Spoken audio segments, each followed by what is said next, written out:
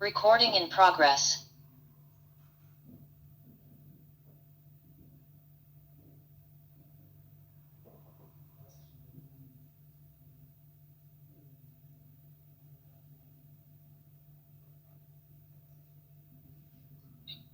Saraswati ma'am, good afternoon. Good afternoon, sir. Good afternoon, ma'am. Good afternoon, sir. Good afternoon, ma'am. Good afternoon.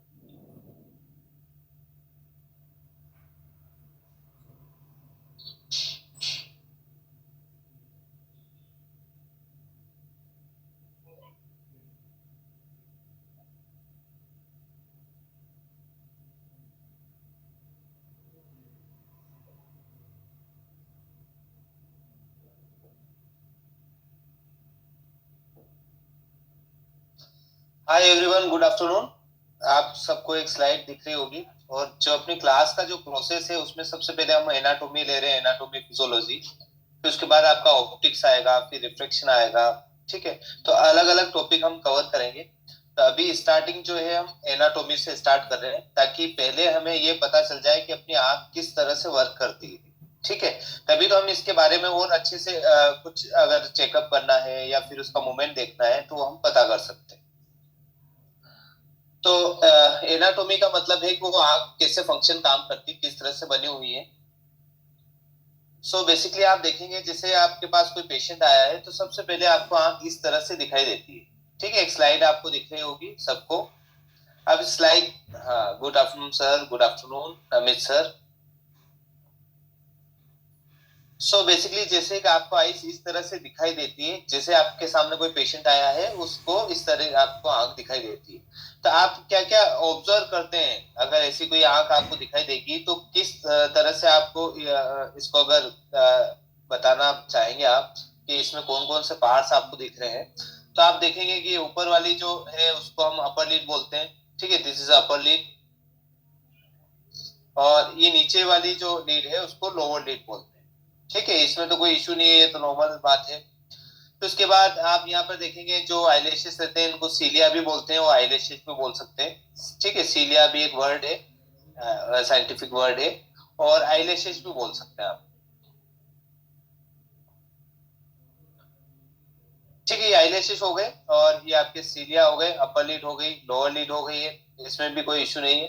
फिर उसके बाद आप जैसे इस आंख के ऊपर फोकस करेंगे, सबसे आपको एक पार्ट दिखाई देगा जो कि ब्लैक कलर का दिखाई देता है हमें। ये ब्लैक कलर है नहीं, ये ट्रांसपेरेंट है, हमें पीछे जो बैकग्राउंड है उसकी वजह से ब्लैक कलर दिखाई देता है। ठीक है, तो ये वाला जो पार्ट आप देख रहे हैं, ये वाला हिस्सा जो मैं आपको बताना चाह रहा हूँ, ये वाला हिस्सा इसको हम कॉर्निया बोलते हैं। ठीक है, cornea, this is a cornea. ठीक है, तो हम ये इसी जो ऑप्टिक्स का पूरा जो फॉर्मूला काम करता है इसी कॉर्निया के ऊपर ही काम करता है। ठीक है, ये कॉर्निया बेसिकली ट्रांसपेरेंट होता है। इसमें ये पूरा एक वाटर कलर रहता है पूरा। ठीक है, और इसकी जो डायोप्ट्रिक पावर है वो 40 डायोप्टर रहता है, 40 डायोप्टर। ठीक है, एक अनुमानित आप बोलेंगे 40 डायोप्टर रफली बोलेंगे। बाकी अगर पूरा कैलकुलेट करते हैं अपन तो 45 डायोप्टर का मिलता है ये। ठीक है, अगर आप कर्वेचर के हिसाब से अगर इसका डिटरमाइन करेंगे 45 मिलेगा, एक रफली हम 40 डायोप्टर बोल सकते हैं।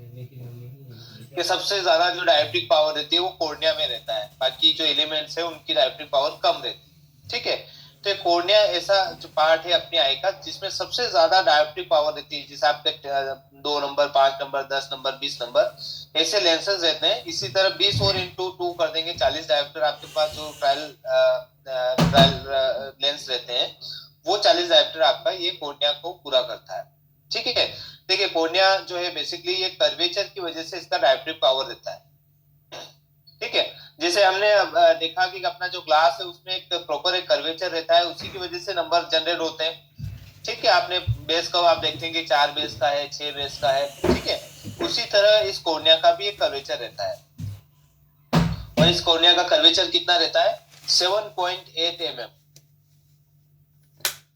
ये जो डायोप्ट्रिक पावर है कॉर्निया की, जिसको हम 40 डायोप्टर बोल रहे हैं, ये कर्वेचर की वजह से बनती है और बिगड़ती है। ठीक है, जैसे मान के चले कि जिसका कॉर्नियल कर्वेचर ज्यादा है वो उसकी डायोप्ट्रिक पावर ज्यादा रहती है, जिनका कॉर्नियल कर्वेचर कम रहता है उसकी डायोप्ट्रिक पावर भी कम रहती है। ठीक है, इसमें भी कोई इशू नहीं है, ये भी आपको समझ में आ गया होगा।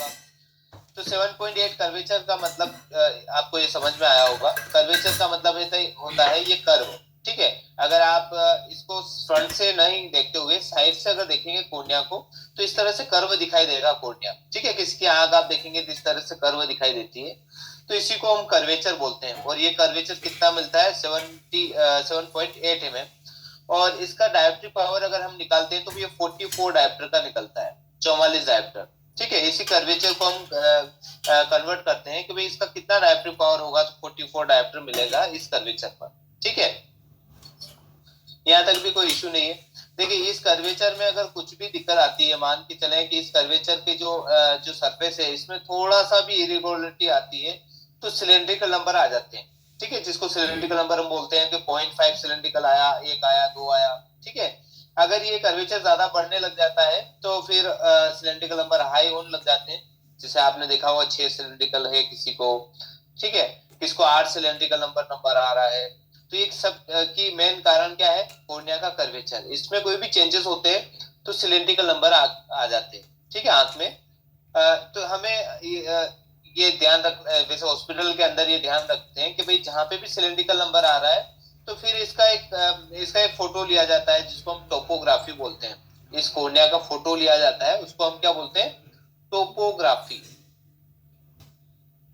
ये वर्ड है, थोड़े याद रख सकते हैं आप, टोपोग्राफी। कई बार आपने देखा होगा कि जहाँ पे लेसिक सर्जरी होती है, लेजर किया जाता है, वहां पे भी ये टोपोग्राफी का जो वर्ड है वो यूज किया जाता है, ठीक है। तो टोपोग्राफी बेसिकली ये कोर्निया का कर्वेचर और इसकी थिकनेस का अनुमान लगाने के लिए हम टोपोग्राफी करते हैं, ठीक है। देखिए कोर्निया के बारे में कितनी अच्छी ये चीजें हैं सभी। तो आप मान के चलें कि कहीं पर सपोज कोई स्क्रेच आ गया, यहाँ पर कोई स्क्रेच आ गया कोर्निया के आसपास, है ना, यहाँ पर स्क्रेच आ गया, यहाँ पर आ गया, तो ये स्क्रेच जो है आपकी कर्वेचर को इरेगुलर कर देगा। जो कर्वेचर है आपका कोर्निया का, इरेगुलर होने की वजह से सिलेंड्रिकल नंबर आने के चांस हो जाते हैं। तो आप देख लीजिए कि जहां पे भी कर्वेचर आ रहा है तो इसका मतलब उस पेशेंट को सिलेंड्रिकल नंबर हो सकता है। आप 99% बोल सकते हैं कि हो सकता है, 1% हो सकता नहीं भी हो, वो कर्वेचर किसी दूसरी चीज को कंपनसेट कर दिया हो, ऐसा भी हो सकता है, ठीक है। तो आप ये मान के चलें कि जहां पे भी कर्वेचर में कोई चेंजेस आता है तो सिलेंड्रिकल नंबर आना स्वाभाविक है, ठीक है। ये सिलेंड्रिकल नंबर को अपन चेंज नहीं कर सकते। चेंज का मतलब है कि जैसे 3-4 साल के बच्चे को अगर -1 सिलेंड्रिकल नंबर आया, आप आगे चल के आप बोल देंगे भाई यार इसका सिलेंड्रिकल नंबर खत्म हो जाएगा चश्मा लगाने से, ऐसा नहीं होता है। क्योंकि ये जो है फिजिकली आपके जो चेंजेस आए हैं कोर्निया के अंदर उसकी वजह से आया सिलेंड्रिकल नंबर। तो ये बाय बर्थ से लगा के एंड ऑफ द लाइफ तक चलते हैं सिलेंड्रिकल नंबर। अगर इसमें कोई कैटरेक्ट नहीं होता है, कैटरेक्ट की वजह से कोई सिलेंड्रिकल नंबर आता है तो एक दूसरे को कंपनसेट कर देते हैं, ठीक है। यहाँ तक कोर्निया के बारे में आपको पता चला है कि भाई कोर्निया जो है बेसिकली कर्वेचर के ऊपर रहता है और 40 डायोप्टर्स का डायोप्ट्रिक पावर रहता है। 44 मैंने 7.8 के हिसाब से बताया आपको। अच्छा, सबसे ज्यादा जो सेंसिटिव पार्ट है ये कोर्निया ही होता है। सबसे ज्यादा जल्दी सेंसेशन जो होता है, जैसे आपके अगर स्किन पर कहीं पर मैंने पिंच किया तो आपको थोड़ा समय लगेगा कि भाई किसने पिंच किया है। बाकी कोर्निया ऐसा पार्ट है जहां पर जैसे ही आपने कुछ आंख में गिरा या टच हुआ एकदम से आपको पता चल जाएगा, ठीक है। तो इसमें जो सेंसिटिविटी है कोर्निया की वो सबसे ज्यादा रहती है, ठीक है। इस कोर्निया के ऊपर आप एक लेयर को भी देखेंगे। ये आपके पास ऐसा पेशेंट आया है, अब इस कोर्निया आपने देख लिया, कोर्निया जो है अपनी एक साइज में नॉर्मल साइज में दिखता है। देखिए आपको ये पहचान में आ जाते हैं कि भाई ये जो ये कोर्निया है नॉर्मल है या एबनॉर्मल है। अगर ये जो साइज है मान के चलें कि ये इसकी साइज जो है 11.7 mm की है, 11.7 mm की टोटल साइज है कोर्निया की। जो लेंथ करेंगे अपन ये 11.7 mm है, ठीक है, मान के चले अपन। अगर इससे कम हुआ तो हो सकता है पेशेंट को कोई एबनॉर्मलिटी होगी कोर्निया के अंदर, और इससे ज्यादा हुआ तो भी एबनॉर्मलिटी हो सकती है। अगर इससे छोटा है तो उसको हम माइक्रो कोर्निया बोलते हैं। क्या बोलते हैं हम, माइक्रो। माइक्रो मतलब छोटा। आपने मोबाइल के अंदर देखा होगा कि माइक्रो कैमरा है इसके अंदर, ठीक है। तो माइक्रो मतलब छोटे से छोटा, छोटी चीज को हम कोर्निया बोलते हैं, माइक्रो कोर्निया बोलेंगे छोटी चीज को, ठीक है। तो ये स्मॉल कोर्निया है, दैट इज माइक्रो कोर्निया। अगर इससे बड़ा हो तो इसको मेगालो कोर्निया बोलेंगे। ठीक है, ये दो वर्ड आप याद रखें, एक बड़ा साइज का और एक छोटा। माइक्रोकोनिया में हमेशा प्लस के नंबर आते हैं, हाई हाइपरमेट्रोपिक होता है, मतलब हाई प्लस के नंबर रहते हैं, और मेगालोकोनिया में जो है हो सकता है माइनस की तरफ ज्यादा चले जाए पेशेंट। अब इस कोर्निया के ऊपर एक लेयर रहती है जिसको हम बोलते हैं टीयर फिल्म, ठीक है, पानी की एक परत रहती है, आपने देखा है कि इसके ऊपर पूरी एक लेयर रहती है। कोर्निया जो है हमेशा जो है पानी के अंदर ही रहता है, मतलब आपके जो लिक्विड है, जो एक्वस ह्यूमर है, जिसको हम टीयर फिल्म बोल रहे हैं, उसी के अंदर रहता है। कोर्निया ड्राई अगर टीयर फिल्म अगर ज्यादा अच्छी नहीं है तो ड्राई होना स्टार्ट हो जाता है, मतलब सूखने लग जाता है, फिर आंखों में बर्निंग सेंसेशन स्टार्ट हो जाते हैं। तो बेसिकली जो है टीयर फिल्म इसके ऊपर रहती है, कोर्निया के ऊपर क्या रहती है, टीयर फिल्म रहती है। और ये टीयर फिल्म जो आप यहाँ पर देखेंगे, ये जो पार्ट है, आप इसको हम लिम्बस बोलते हैं, लिम्बस, लिम्बस, ठीक है, और ये स्क्लेरा, स्क्लेरा, ठीक है। स्क्लेरा और कोर्निया, ये कोर्निया हो गया, ठीक है। स्क्लेरा और कोर्निया के बीच में जो जंक्शन है, जो यहाँ से जुड़ा हुआ है, ठीक है, इसी को हम क्या बोलते हैं, लिम्बस, ठीक है, जहां दोनों एक दूसरे को जोड़ के रखते हैं, दिस इज अ लिम्बस, ठीक है। ये कोई इशू नहीं है, ये भी आपको समझ में आ गया होगा। अब ये जो कोर्निया है, इसको भी न्यूट्रिशन चाहिए, और इसमें ब्लड वेसल्स नहीं रहती, ठीक है। और जगह आप देखेंगे तो न्यूट्रिशन मिल जाएंगे, और जो पार्ट है जैसे स्क्लेरा है या लीड है या अदर जो पार्ट है, वहां से आपको क्या मिल जाएगा, ब्लड वेसल्स के थ्रू ऑक्सीजन की सप्लाई हो सकती है, ठीक है। बाकी जो कोर्निया है वो ए वेस्कुलर है, मतलब उसको उसमें कोई ब्लड वेसल्स नहीं रहती है, उसको हम ए वेस्कुलर बोलते हैं, ठीक है। ए वेस्कुलर देखो, नया एक वर्ड आया है आपके लिए, ए वेस्कुलर, ठीक है। ए वेस्कुलर का मतलब होता है नो ब्लड वेसल्स, और वेस्कुलर का मतलब क्या होगा, इसका जस्ट अपोजिट, ब्लड वेसल्स जहां पे प्रेजेंट है उसको क्या बोलेंगे हम, प्रेजेंट।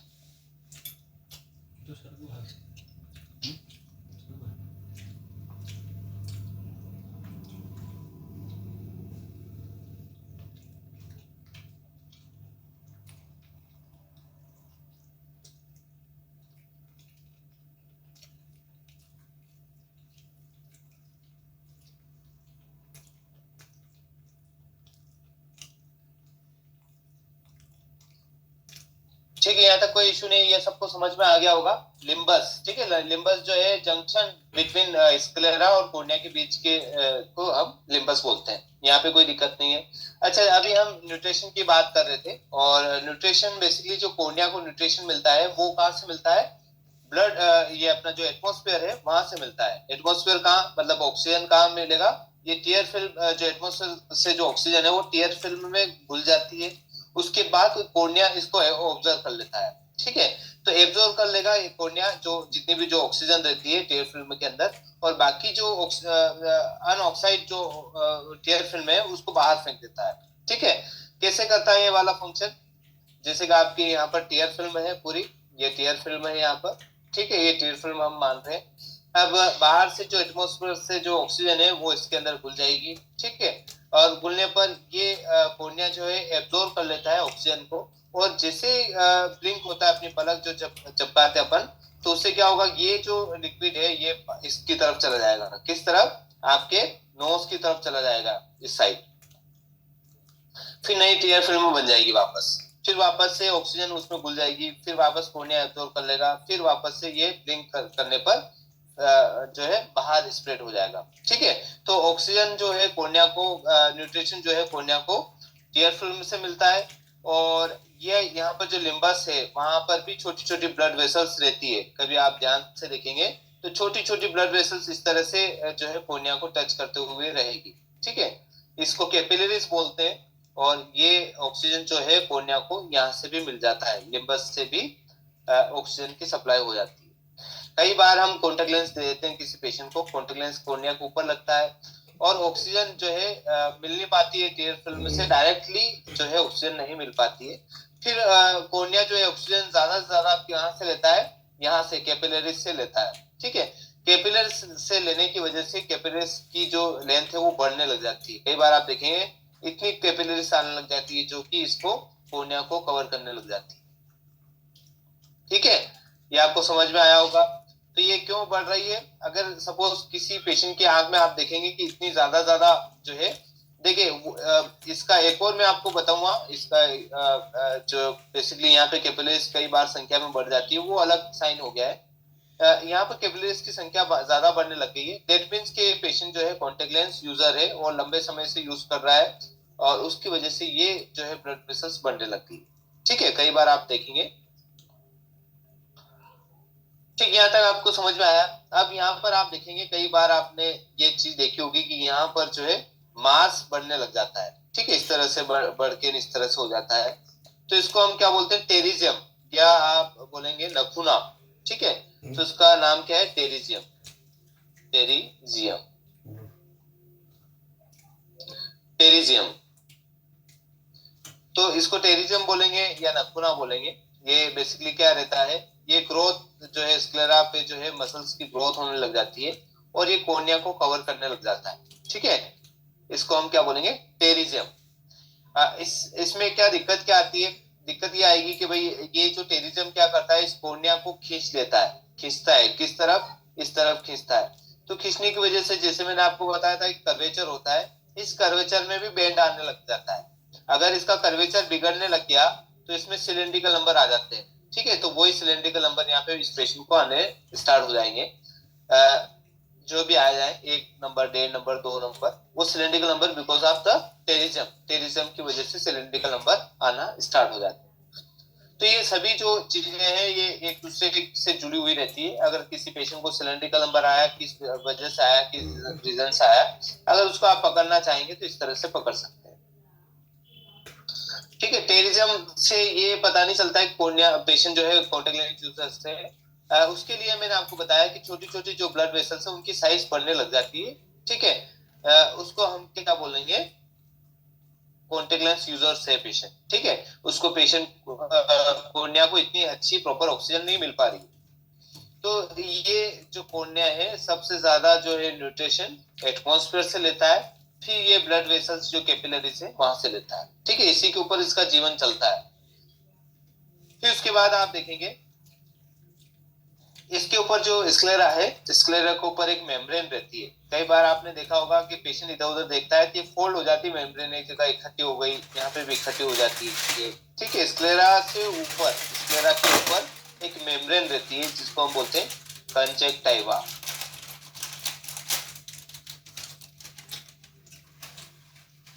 क्या बोलेंगे हम? कंजक्टिवा। ये कंजक्टिवा जो रहता है बेसिकली इस स्क्लेरा के ऊपर रहता है। कहां तक रहता है? लिम्बस तक। ठीक है, स्क्लेरा रहेगा। फिर लोअर लिड का जो है अंदर जो हम प्लेट बोलेंगे इसको टार्सल प्लेट बोलते हैं। ठीक है, इनके अंदर रहता है। हाँ जी,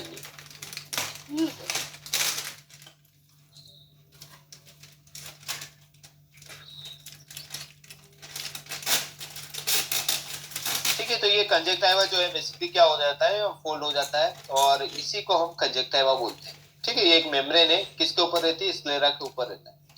अब कई बार आपने देखा होगा कभी आई फ्लू चला था। ठीक है, आई फ्लू जो है कंजक्टिवाइटिस बोलते हैं इसको। कंजक्टिवा के पीछे आप आइटिस जोड़ दें तो कंजक्टिवाइटिस हो जाता है। ठीक है, कंजक्टिवाइटिस। ठीक है, तो ये कंजक्टिवाइटिस, आइटिस का मतलब क्या होता है? इन्फ्लामेशन। इन्फ्लामेशन मतलब स्वेलिंग। ठीक है, सूजन। तो ये कंजक्टिवाइटिस हो जाता है पेशेंट को। बैक्टीरियल कंजक्टिवाइटिस हो गई, वायरल कंजक्टिवाइटिस हो गई है। बैक्टीरिया, 2 तरह की कंजक्टिवाइटिस होती है ना, बैक्टीरियल हो गई है और आपके वायरल कंजक्टिवाइटिस हो गई। बैक्टीरियल में कई बार आप देखेंगे डिस्चार्ज आता है, आंखों से पानी बहता रहता है, आंखें सुबह चिपक जाती है, स्टिकनेस होती है, ये बैक्टीरियल हो गई। वायरल में ओनली वाटरिंग होती है, वो स्टिकनेस या ऐसा कोई डिस्चार्ज नहीं आता है। ठीक है, तो ये 2 तरह की कंजक्टिवाइटिस रहती है। ठीक है, आपको समझ में आ गया, ये मेम्ब्रेन रहती है। अब यहाँ से हम थोड़ा सा और आगे चलते हैं इधर इसकी तरफ। अब यहाँ पर आप देखेंगे यहाँ पर एक होल रहता है। ठीक है, ये आप देखेंगे, अगर आप मिरर में जाके अपनी खुद की आईज देखेंगे यहाँ पर होल दिखाई देगा। ठीक है, इस होल को हम क्या बोलते हैं, पंक्ता, PUNCTA, पंक्ता। ठीक है, और ये भी पंक्ता हो गया, और ऊपर की तरफ है इसलिए इसको हम क्या बोलेंगे, अपर पंक्ता। नीचे की तरफ है इसलिए हम इसको क्या बोलेंगे, लोअर पंक्ता। ठीक है, तो अपर पंक्ता रहता है, एक लोअर पंक्ता रहता है, ये भी लीड में ही रहेगा। ठीक है, और ये क्या काम करता है, ये जैसे मैंने आपको बताया है कि ब्लिंक होता है, और जो अनऑक्साइड टीयर फिल्म है, ठीक है, वो कहाँ पे स्प्रेड हो जाती है, इस तरफ।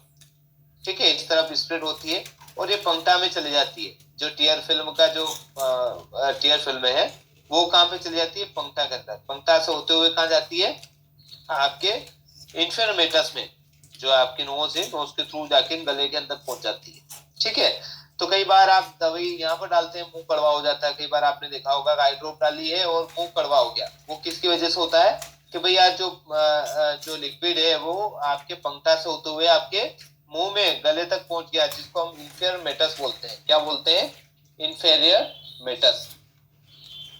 इसका एक डायग्राम है, मैं आपको पूरा बताऊंगा इसमें कि किस तरह से प्रोसेस से जो है ये होता है। देखिए, जब भी स्वेलिंग हो, रेडनेस हो, तब आपको आई टेस्टिंग नहीं करना है। ठीक है, क्यों नहीं करना है, क्योंकि बेसिकली स्वेलिंग होने की वजह से यहाँ पे टीयर फिल्म के ऊपर भी प्रेशर पड़ता है, और आप स्वेलिंग के होने की वजह से आपको अनवांटेड नंबर भी मिलने लग जाएंगे। ठीक है, जो एक्यूरेट नंबर है वो ना रहकर दूसरे भी नंबर, जैसे कोई सिलेंड्रिकल नंबर आ गया है, स्फेरिकल नंबर ज्यादा दिखने लग गया हो, ऐसा भी हो सकता है। तो रेडनेस और वाटरिंग, दो चीजों को आपको अवॉइड करना है। पहले उनको ठीक करवाइए, फिर आप चेकअप कराइए।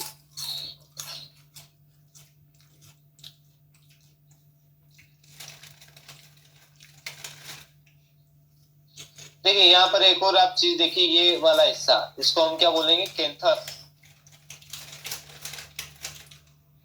ये नोज की साइड है, यहाँ पे नोज आ जाएगी, इनर कैंथस, इसलिए हम क्या बोलेंगे इसको, इनर कैंथस। और अगर ये मान के चले कि उधर बाहर की तरफ है, आपकी ईयर की तरफ है, तो उसको बोलेंगे हम आउटर कैंथस। ठीक है, तो इनर कैंथस और आउटर कैंथस, ये वाले इनको हम कैंथस बोलते हैं। और ये वाला जो हिस्सा है, ठीक है, इसको हम प्लीका सेमिलरिस बोलते हैं। क्या बोलेंगे, प्लीका सेमिलरिस। ठीक है, तो पूरी जो भी डस्ट है, या फिर आप देखें जो भी इसकी आंख की गंदगी है, वो जाके यहाँ पर इकट्ठी होती है प्लीका सेमिलरिस पे। ठीक है, और कई बार आप देखेंगे यहाँ भी इचिंग भी स्टार्ट हो जाती है, क्योंकि यहाँ पर एलर्जी स्टार्ट हो जाती है। अगर डस्ट पार्टिकल ज्यादा है तो इचिंग स्टार्ट हो जाती है। तो ये वाला जो पोर्शन है, यहाँ पर सबसे ज्यादा जो है जो डस्ट है या डिस्चार्ज से जाकर इकट्ठा होता है। ठीक है, ये पंखा के पास में ही रहता है, अपर पंखा लोअर पंखा। तो एक तरह से ये मान के चले कि ये यहाँ से जो है जो लिक्विड है टीयर फिल्म का, यहीं से फ्लो होके अंदर जाता है और आपके गले तक पहुंच जाता है।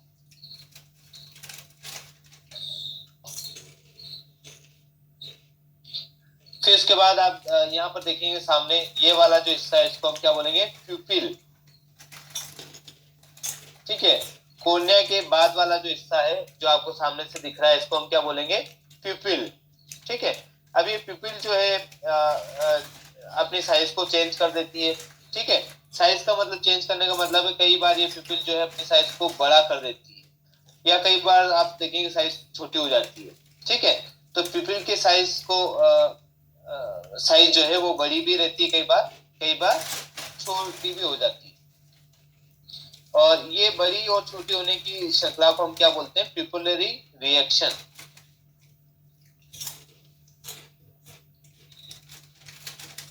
ठीक है, अगर ये प्यूपिलरी रिएक्शन हो रहा है, मान के चले आपने टॉर्च लाइट डाली, क्योंकि ये लाइट में प्यूपिल छोटी हो जाती है और डार्क रूम में प्यूपिल बड़ी हो जाती है।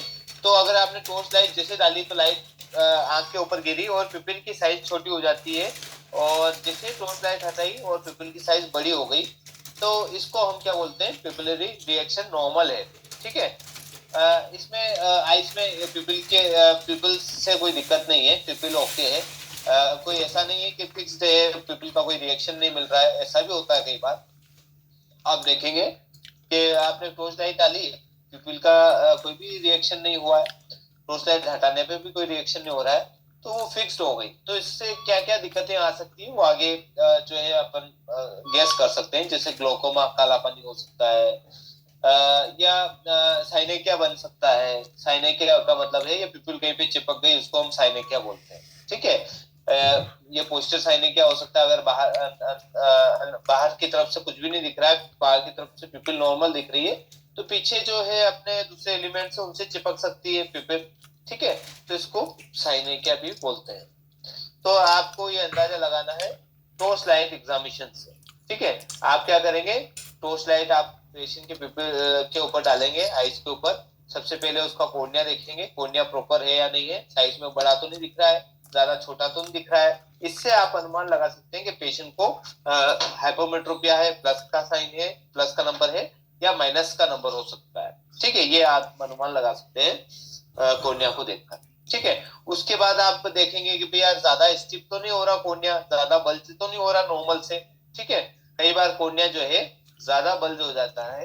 बल्ज कैसे होता है, मैंने आपको बताया कि ये इस तरह से हो गया, ज्यादा कर्व हो गया है, इसको ज्यादा बल्ज बोलते हैं, और ये नॉर्मल है। ठीक है, this is a normal, this is a steep, इसको स्टिप बोलेंगे। स्टिप का मतलब बिल्कुल ये जो है बिल्कुल आप शिखर की तरफ, एपेक्स की तरफ आप देखेंगे, ये शिखर बन गया एक तरह से। ठीक है, स्टिप बन गया, और यहाँ पे नॉर्मल है।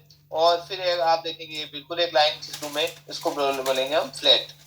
ठीक है, तो एक जो है फ्लैट रह गया है, एक आपका नॉर्मल हो गया है, और एक स्टिप हो गया है। स्टिप ये तो नहीं है, इस तरह से भी आप टोर्च से बाय एक्सपीरियंस आप ये अनुभव कर सकते हैं। ठीक है, यहाँ तो कोई इश्यू नहीं है, ये आपको समझ में आ गया होगा कि आप इस तरह टॉर्च लाइट एग्जामिनेशन से आपको ये देखना है पिपुलरी रिएक्शन। ठीक है, डार्क रूम में सेमी डार्क रूम में पेशेंट को बिठाइए, टॉर्च लाइट डालिए पिपुल के ऊपर, पिपुल का रिएक्शन चेक करेंगे, पिपुल कॉन्स्ट्रिक्ट हो रही है, छोटी हो रही है, या बड़ी हो रही है, ये रिएक्शन आपको नोट डाउन करना चाहिए। टॉर्च लाइट में हमेशा आप देखेंगे पिपुल की साइज जो है कॉन्स्ट्रिक्ट हो जाएगी, और टॉर्च लाइट हटाने पर पिपुल की साइज बड़ी हो जाएगी। ठीक, यहाँ तक भी कोई इश्यू नहीं है।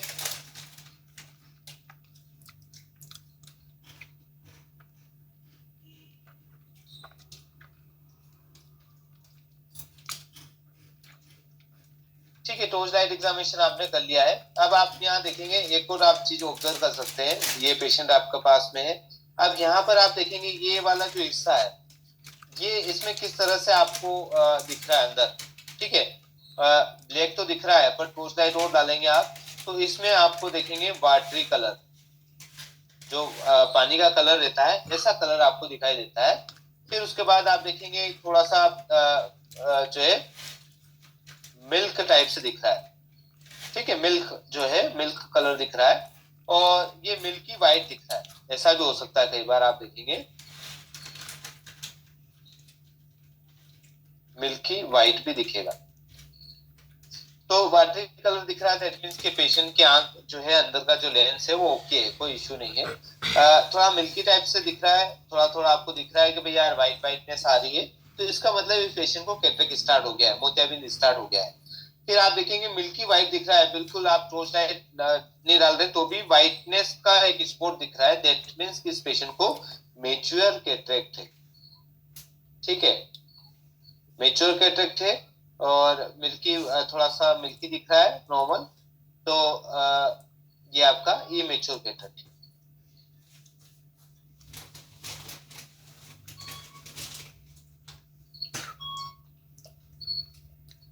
ठीक है, ये मेच्योर कैटरेक्ट और मेच्योर कैटरेक्ट में ये डिफरेंस है, आपको कैसे पता चलेगा, पोस्ट डायरेक्ट एग्जामिनेशन से आप कैटरेक्ट को भी पहचान सकते हैं। तो मैंने आपको बताया वाटरी कलर दिखता है, दैट मींस कि उस पेशेंट को नॉर्मल है, कोई इशू नहीं है। दूसरे कोई इशू की वजह से नंबर पेशेंट का विजन नहीं आ रहा होगा, ये भी हो सकता है। ठीक है, देखिए अगर नॉर्मल है तो इसमें दो कंडीशन हो सकती है, या तो रिफ्रैक्टिव एरर है पेशेंट को, या पेशेंट को एक और तरह का कैटरेक्ट होता है जिसको हम बोलते हैं पीएससी। पीएससी पोस्टर सब कैप्सुलर कैटरेक्ट, पीएससी, ये भी हो सकता है। ये टॉर्च लाइट से नहीं देख सकते अपन, इसको देखने के लिए आपको स्लिट लैंप का यूज करना रहेगा। ठीक, यहाँ तक आपको समझ में आ गया है। अब हम क्या कर रहे हैं कि इसको सेक्शनल कट कर रहे हैं, इसको यहाँ से कट कर रहे हैं, इस आई को बीच से कट कर रहे हैं। बीच से काटने पर आपको क्या पता चलेगा, जैसे बीच में कट किया आपने, आपको ये चीजें इस तरह की बनावट आपको दिखाई देने लग जाएगी। इस बनावट में आपको दिखेगा ये सबसे ऊपर वाला जो पोर्शन दिख रहा था वो कॉर्निया हो गया है, जिस कॉर्निया, ठीक है। ये कॉर्निया की मोटाई भी दिख रही है आपको। ये 0.5 mm जो है बीच में रहता है, 0.67 जो है पेरिफेरी में इसकी थिकनेस रहती है, ठीक है। कॉर्निया की जो थिकनेस की बात कर रहे थे हम, तो ये सबसे पहले आपको इस तरह से कॉर्निया दिखता है। फिर कॉर्निया, देखिए कॉर्निया की भी 5 लेयर होती है, ठीक है। इस लेयर के बारे में हम बाद में बात करेंगे। कॉर्निया की भी 5 लेयर रहती है, ठीक है। अब यहाँ पर देखेंगे कॉर्निया, और ये आपका जो बैकग्राउंड है आइरिस, जिसको आइरिस बोलते हैं, ठीक है। आइरिस और कॉर्निया के बीच में एक गैप है, ये गैप आपको दिखाई दे रही होगी, ठीक है। कॉर्निया और आइरिस के बीच में एक गैप है, ये आइरिस है जो कलर आपको दिखाई दे रहा है ना, ये कलर वाली कलर्स, ठीक है। ये आइरिस है, ठीक है। आइरिस एक एक तरह से आप पर्दा मान के चलिए कि एक मूवेबल पर्दा है जो कि पिपिल को बनाती है, ठीक है। तो ये एक बैकग्राउंड की तरह काम करता है, और आइरिस जो है अलग अलग कलर की हो सकती है। किसी को ग्रे कलर रहता है, किसका ब्लैक है, किसका ब्राउन है, किसका ब्लू है, इस तरह की कलर की आइरिस भी रहती है,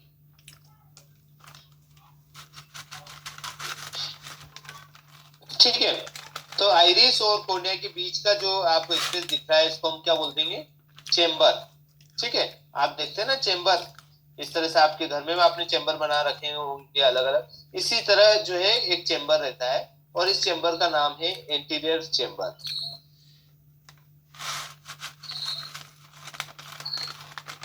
इसका क्या नाम है, एंटीरियर चेम्बर, ठीक है। इस एंटीरियर चेम्बर में क्या रहता है, एक्वस ह्यूमर रहता है अंदर। एक्वस ह्यूमर जो है पानी वाले पार्ट को ही एक्वस ह्यूमर बोलते हैं, पर इसके अंदर मल्टी विटामिन, मिनरल, प्रोटीन, ये सभी चीजें जो है फ्लो करती रहती है अंदर, ठीक है। इसलिए इसको हम एक्वस ह्यूमर बोलते हैं, ठीक है। इसके बाद आप यहाँ पर देखेंगे ये बीच में आप ये वाला स्पेस देख रहे हैं, इस स्पेस को हम बोलेंगे पोस्टीरियर चेम्बर।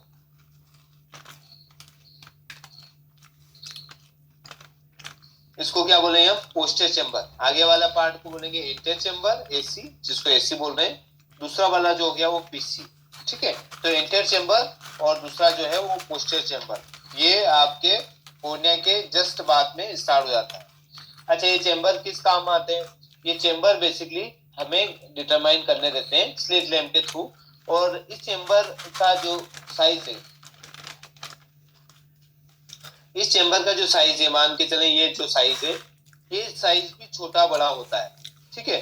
छोटा साइज हो गया तो भी दिक्कत है, बड़ा साइज हो गया तो भी दिक्कत है, ठीक है। अब क्या होता है कि जो एक्वस जो है वो आंख में बनता ही रहता है, और कहाँ से बनता है वो मैं अभी आपको बताऊंगा। और ये एक्वस जो है बन रहा है, और ये बनने के बाद जो है आई एक अपना एंटीरियर चेम्बर में आता है। एंटीरियर चेम्बर से लिम्बस के थ्रू वो स्प्रेड हो जाता है पूरी आई में, ठीक है। फिर स्प्रेड हो जाता है, वो फैल जाता है, एक जगह से दूसरी जगह चला जाता है, जिसको हम एपीस्क्लेरल वेन बोलते हैं, उसमें चला जाता है, ठीक है। तो बेसिकली क्या रहता है कि जो मैंने आपको एंगल बताया कि एंटीरियर चेम्बर होता है, एंटीरियर चेम्बर का एक एंगल होता है, इसको एंगल बोलते हैं। यहाँ से जो ये लिक्विड बाहर की तरफ चला जाता है। कई बार अगर ये एंगल कम हो गया, छोटा हो गया, तो ये लिक्विड बाहर नहीं जा पाता है, ठीक है। बाहर नहीं गया तो क्या हो जाएगा, ग्लोकोमा होने के चांसेस, आंख का प्रेशर जो है वो बढ़ने लग जाता है। इसको इंट्राओकुलर प्रेशर बोलते हैं। इस आंख के अंदर भी एक प्रेशर है, जो कि पूरा ये ग्लोब अपने आप को मेंटेन करके एक मिनिमम प्रेशर रखते ही रखता है। 17 से मान के चले 21 जो है वो नॉर्मल इंट्राओकुलर प्रेशर बोलते हैं इसको। ये अपने आंख की साइज को मेंटेन करने के लिए इंट्राओकुलर प्रेशर भी रहता है, ठीक है। तो ये प्रेशर कैसे मेंटेन होता है, एक्वस ह्यूमर जो है वो बनता है, और बनने के बाद इस एंटीरियर चेम्बर में रहता है, एंटीरियर चेम्बर से वो स्प्रेड होने लग जाता है। तो ये प्रक्रिया है आईबॉल को पूरा परफेक्ट रखने की। अब जैसे जहां मैंने आपको बताया कि पोस्टर चेम्बर है, ये वाला हिस्सा, this is a poster chamber, ठीक है। अब ये जो पोस्टर चेम्बर देख रहे हैं आप, यहाँ पर आपको सिलेरी बॉडी भी दिखाई देगी, इसको हम क्या बोलेंगे, सिलेरी बॉडी।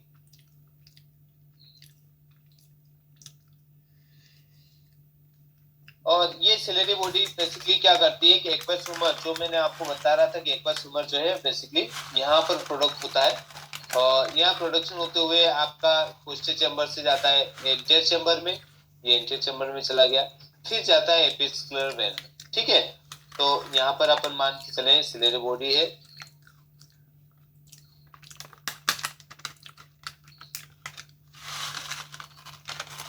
सिलेरी बॉडी से आपको कहाँ पे रहेगा पीसी, पीसी से आपका एसी आएगा, एसी से फिर आपका जो लिम्बस है, लिम्बस का जो एंगल है वहां से होते हुए एपिस्क्लेरल वेन में चला जाता है। ठीक है, ये प्रोसेस है आपके जो सिलेरी बॉडी में जो एक्वस ह्यूमर बनता है वो इस तरह से चला जाता है। कई बार ये जो चैम्बर है वो ब्लॉक होने की वजह से काला पानी भी स्टार्ट हो जाता है। कई बार हम सबने सुना है काला पानी क्या होता है, ठीक है, ग्लोकोमा, जिसको हम ग्लोकोमा बोलते हैं। जैसे मैंने आपको बताया था कि भैया जैसे आप प्यूपिल के थ्रू देखेंगे और यहाँ पर वाइट, मिल्की वाइट दिख रहा है, वाटरी कलर दिख रहा है या नॉर्मल वाइट दिख रहा है, तो ये आप नोट डाउन जो कर रहे थे वो बेसिकली आपका जो एक क्रिस्टलाइन लेंस है उसका जो उसकी सतह को आप देख रहे थे।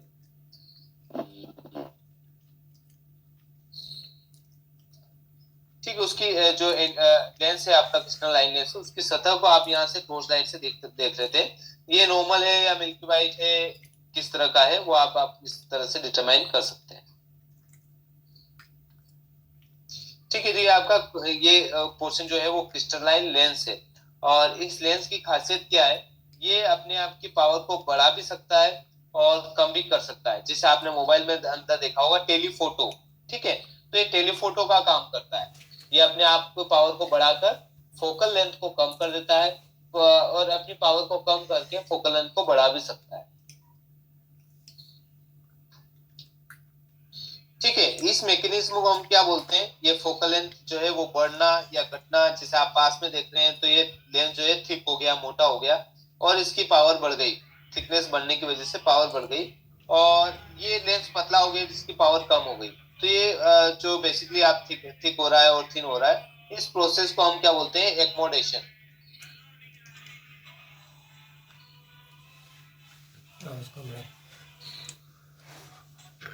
इसको हम क्या बोलेंगे, एक्मोडेशन।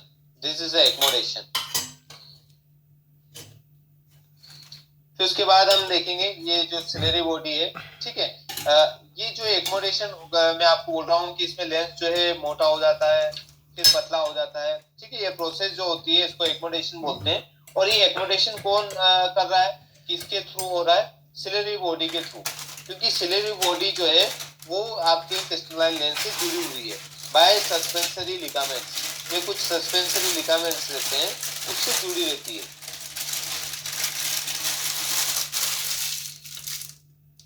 ठीक है, सस्पेंसरी लिगामेंट से जो है आपका क्रिस्टलाइन लेंस जुड़ता है। तो ये जैसे ही सस्पेंसरी लिगामेंट रिलैक्स होते हैं तो पावर जो है बढ़ जाती है, जैसे स्ट्रेच होते हैं तो पावर घट जाती है। ये मूवमेंट जो फ्लेक्सिबिलिटी का जो मूवमेंट है, जिसमें हम पास में देख रहे हैं मोटा हो गया लेंस, दूर में देख रहे हैं पतला हो जाता है, ये सस्पेंसरी लिगामेंट जो है कि सिलेरी बॉडी के थ्रू चलते हैं, और ये कंट्रोल करती है अमाउंट ऑफ पावर, पावर कितनी नीड है हमें, उसके हिसाब से सस्पेंसरी लिगामेंट काम करते हैं। ठीक, यहाँ तक भी आपको समझ में आ गया।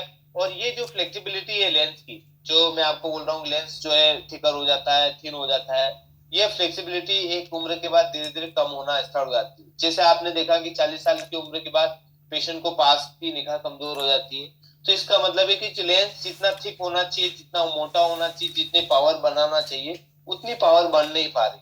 ठीक है, नहीं बन पा रही, तो दैट मींस इस पेशेंट को प्रेसबायोपिक करेक्शन आ गया है। ठीक है, उसको हम क्या बोलेंगे, प्रेसबायोपिक करेक्शन। ठीक है, इसको हम प्रेसबायोपिया बोलेंगे या प्रेसबायोपिक करेक्शन बोलेंगे। ठीक है, यहाँ तक कोई इश्यू नहीं है, ये भी आपको अच्छे से समझ में आ गया होगा। सस्पेंसरी लिगामेंट्स जो है वो रिस्पॉन्सिबल रहते हैं फ्लेक्सिबिलिटी का, कि लेंस को थिकर किया जाए या थिन किया जाता है। और ये सेंसेशन कहाँ से आते हैं, जब किसी आप ऑब्जेक्ट को देखते हैं, जैसे आप पास में देख रहे हैं तो सस्पेंसरी लिगामेंट्स इस लेंस को मोटा कर देगी, थिकर कर देगी, और इसकी फोकल लेंथ कम हो जाएगी। और जैसे आप दूर देख रहे हैं तो इसकी फोकल लेंथ बढ़ जाएगी और लेंस जो है पतला होने लग जाता है। ठीक है, यहाँ तक भी कोई दिक्कत नहीं है। फिर इसके पीछे चलते हैं हम। इस पीछे वाला जो हिस्सा है इसको हम बोलेंगे विट्रियस ह्यूमर। ये वाला जो हिस्सा है इसको हम क्या बोलेंगे? Vitreous humour.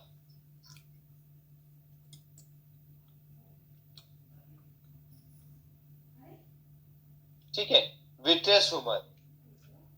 ये विट्रियस ह्यूमर बेसिकली एक जेली टाइप से रहता है, लिक्विड रहता है। और ये लिक्विड जो है कई बार आप अगर उसको टच करेंगे और ऐसे खींचते जाएंगे तो तार की तरह खींचा चला जाता है। ठीक है, तो इसमें एक डेंसिटी भी रहती है, गाढ़ापन भी है इसके अंदर। और ये लिक्विड भी रिस्पॉन्सिबल रहता है आईबॉल की शेप को मेंटेन करने का। ठीक है, आईबॉल का जो शेप मेंटेन होता है इस लिक्विड की वजह से होता है। ठीक है, और जो क्लैरिटी है अपनी आंख की, उसके लिए भी रिस्पॉन्सिबिलिटी जो लेता है वो आपका विट्रियस ह्यूमर है।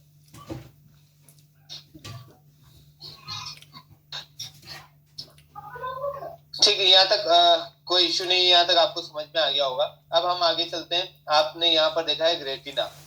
ठीक है, 3 लेयर का जो है आईबॉल बनी रहती है। रेटिना हो गया है फर्स्ट लेयर, रेटिना। दूसरी लेयर है उसको हम बोलते हैं क्लोराइड। और थर्ड लेयर आप जानते ही हैं, स्क्लेरा। ठीक है, 3 लेयर से जो है अपनी आईबॉल बनी हुई। ठीक है, रेटिना जो है इनरमोस्ट लेयर है, सबसे जो विट्रियस के पास में रहती है उसको रेटिना बोलते हैं। उसके बाद कोरोइड रहता है, फिर स्क्लेरा रहता है। कोरोइड जो है ब्लड सप्लाई का काम करता है। ब्लड कहाँ पे रिक्वायरमेंट है, ब्लड का मतलब है वहां पे न्यूट्रिशन ऑक्सीजन की सप्लाई करता है। स्क्लेरा जो है प्रोटेक्शन का काम करता है। रेटिना जो है इमेज बनाने का काम करता है। कौन सी इमेज आप देखते हैं उस इमेज को आपके रेटिना पे बनती, रेटिना से बनकर, और ये इमेज जो बनती है वो इन्वर्टेड बनती है, उल्टी बनती है। ठीक है, ये इमेज जो बनती है वो उल्टी बनती है, इन्वर्टेड बनती है। और ये जो सीधी बनती है वो ब्रेन में जाके बनती है। ठीक है, कई बार आपने देखा होगा 1-1.5 साल का जो बच्चा है जिसकी फोकस जो है वो देखने लग गया है थोड़ा बहुत, तो उसको हमेशा आप देखेंगे कि भाई 1-1.5 साल वाला बच्चे में उल्टे दिखाई देते हैं, उसको हर चीज उल्टी दिखाई देगी। आप अगर लैपटॉप भी लेके जाएंगे तो लैपटॉप उल्टा दिखाई देगा। ठीक है, तो हर चीज उल्टी दिखाई देती है, इसलिए वो कई बार अपने आप ही खेलने लग जाता है, हैप्पी होने लग जाता है। हर चीज ऊपर जो है उल्टी दिखाई देने लग जाती है, खिलौने की तरह दिखने लग जाती है। ठीक है, ये आपको समझ में आ गया। रेटिना हो गया, कोरोइड हो गया, आपका स्क्लेरा हो गया। अब रेटिना के ऊपर ही आप देखेंगे एक जो है सबसे ज्यादा जो शार्प विजन रहता है, सबसे बेस्ट जो विजुअल क्वालिटी आपको मिलती है वो मिलती है मेक्यूला पर।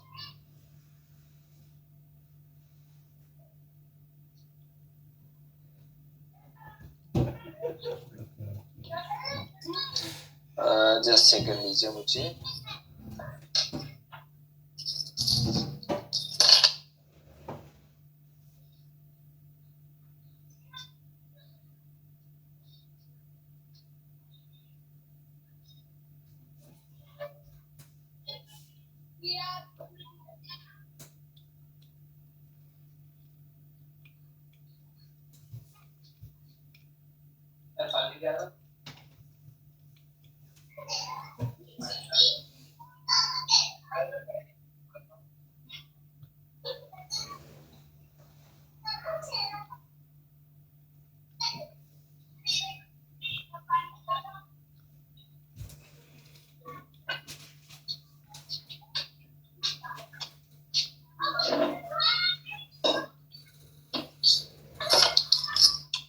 अभी वो सबको वॉइस आ रही होगी।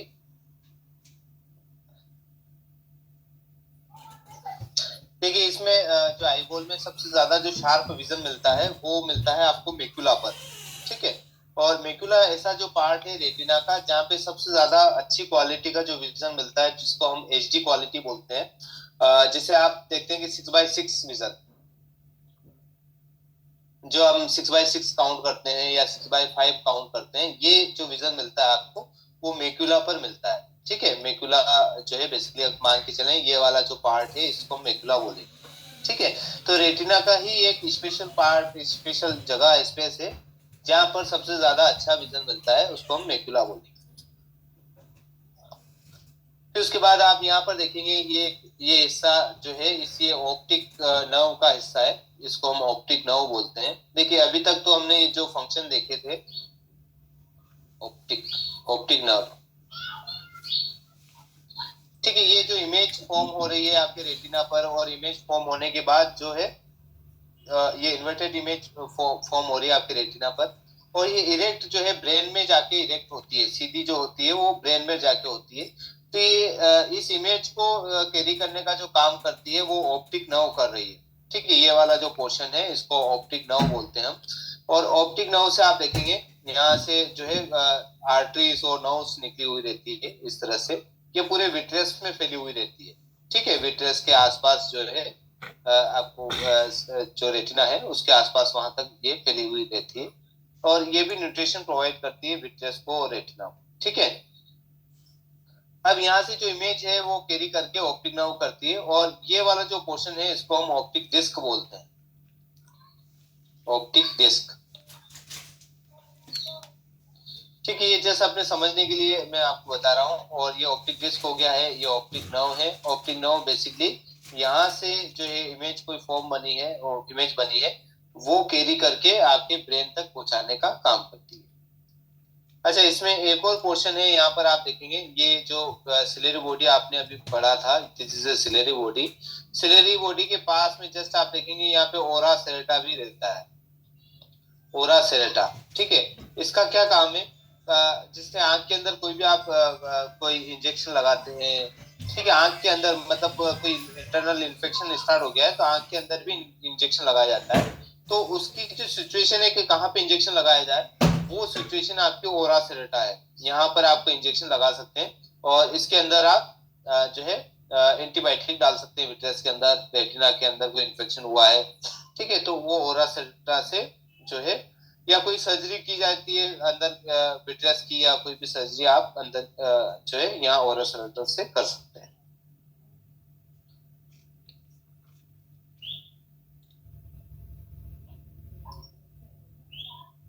देखिए लेयर अपनों ने बात की थी इसकी, और ये लेयर आप देखेंगे सबसे पहले स्क्लेरा आ गया है, उसके बाद कोरोइड आ गया है, फिर रेटिना आ गया है, ठीक है। 3 लेयर से आपकी आईबोन बनी हुई है। और इसमें आप देखेंगे यहाँ पर जो कोर्निया के यहाँ का जो पोर्शन है इसको इंटीरियर पोल बोलते हैं, पीछे वाला जो पोल है उसको पोस्टर पोल बोलते हैं, ठीक है। 2 पोल हम अगर डिसाइड करते हैं तो कोर्निया का तरफ का इंटीरियर पोल और पीछे की तरफ का पोस्टर पोल, ठीक है। यहाँ पे कोई दिक्कत नहीं है। फिर उसके बाद सेकेंडरी हम देखेंगे सिलेरी बॉडी, जिसे अपने बात की थी अपनों ने। उसके बाद ये आपका आइरिस हो गया है। फिर थर्ड आप देखेंगे आपका क्रिस्टलाइन लेंस हो गया है, ठीक है। इसका मैंने आपको बता ही दिया कि इसमें डायोप्ट्रिक पावर जो रहेगी बेसिकली 20 डायोप्टर का रहता है। एक रफली हम आइडिया बोले तो कितने डायोप्टर का लेंस रहता है, 20 डायोप्टर, 20 डायोप्टर का, ठीक है। और 40 डायोप्टर का वो कोर्निया है, तो टोटल डायोप्ट्रिक पावर 60 मान के चले आप, 60 डायोप्टर का टोटल डायोप्ट्रिक पावर आपकी आंख की रहती है। जो स्क्लेरा है वो व्हाइट कलर का रहता है, जिसे आपने देख ही रखा है। और ये क्या करता है, मेंटेन शेप ऑफ द आई और muscles attach control eye movement. अपनी एक आई मूवमेंट भी रहती है, आंख कभी ऊपर आपको ले जाना है, नीचे की तरफ देखना है, दाएं देखना है, बाएं देखना है, तो इसके मूवमेंट के लिए कुछ मसल्स अटैच रहती है स्क्लेरा से, ठीक है। जिनको हम एक्स्ट्रा ओकुलर मसल्स बोलते हैं। क्या बोलेंगे हम, एक्स्ट्रा ओकुलर मसल्स, EOM, ठीक है। फिर उसके बाद आप यहाँ पर देखेंगे कोरोइड, ठीक है। ये कोरोइड जो है बेसिकली कोरोइड मैंने आपको बताया था कि ब्लड वेसल्स जो है उसके अंदर कंटेंट रहती है, जो कि न्यूट्रिशन प्रोवाइड करता पूरा आईबोन। मैंने आपको बताया कि जिससे एक्स्ट्रा ओकुलर मसल्स रहती है, ठीक है। आपके स्क्लेरा से एक्स्ट्रा ओकुलर मसल्स अटैच रहती है। मान के चले कि ये स्क्लेरा है, ये ऊपर जो व्हाइट कलर का दिख रहा है, दिस इज स्क्लेरा, और इससे कुछ मसल्स अटैच रहती है, जैसे कि आप यहाँ पर देखेंगे ये मसल्स जो अटैच है, ठीक है। तो ये मसल्स जो अटैच है ये ऊपर दिखाने का काम करती है, जैसे जैसे ये खींचती है एक रस्सी, अगर आप खींचेंगे इस तरह तो ये आईबॉल जो है ऊपर की तरफ चली जाएगी। उसी तरह नीचे की रस्सी आप नीचे की तरफ खींचेंगे तो आईबॉल नीचे की तरफ चली जाएगी, ठीक है। तो उसी तरह जो है आपके मसल्स भी अटैच रहती है इस आईबॉल से, ठीक है। जैसे ही मसल्स जो है ऊपर की तरफ कर देती है, नीचे की तरफ कर देती है, फिर उसके बाद आप यहाँ पर देखेंगे ये मसल्स जो है इधर खींचती है, तो ये आईबॉल इस साइड चली जाती है, उस साइड की मसल्स जो है ये वाली मसल्स उधर खींचती है, तो आईबॉल उधर की तरफ चली जाती है, तो इसको हम क्या बोलते हैं, आई मूवमेंट। ठीक है, तो ओकुलर जो मूवमेंट है वो परफॉर्म किसके थ्रू की जाती है, मसल्स के थ्रू, और इस मसल्स का नाम क्या है, एक्स्ट्रा ओकुलर मसल्स। ठीक है, अब यहाँ पर आप देखेंगे ये ऊपर की तरफ है, ये मसल्स ऊपर की तरफ है, इसलिए इसका नाम सुपीरियर रेक्टस किया गया है, सुपीरियर रेक्टस। ठीक है, ऊपर की तरफ मसल से इसलिए सुपीरियर रेक्टस किया गया है, और ये नीचे की तरफ मसल से, यहाँ पर नीचे की तरफ मसल से, इसका नाम है इंफीरियर रेक्टस। ठीक है, नीचे की तरफ है तो इंफीरियर का मतलब है डाउन, और सुपीरियर का मतलब है ऊपर। ठीक है, तो ऊपर की तरफ मसल्स को सुपीरियर रेक्टस बोलते हैं, नीचे की तरफ मसल्स को इंफीरियर रेक्टस बोलते हैं। ठीक है, यहाँ तक कोई दिक्कत नहीं है। फिर आप देखेंगे कि अगर ये मसल्स नोज की तरफ है, आपका ये मान के चलिए इस तरफ नोज है, और ये आपकी आई बॉल है, ये वाली आई बॉल है, तो इसको हम क्या बोलेंगे, मीडियल रेक्टस। ठीक है, इसको हम बोलेंगे मीडियल रेक्टस, और उधर उस साइड वाली को हम बोलेंगे लेटरल रेक्टस। और यही अगर आपकी नोज इस साइड है तो फिर हम उस वाली को मीडियल रेक्टस बोलेंगे।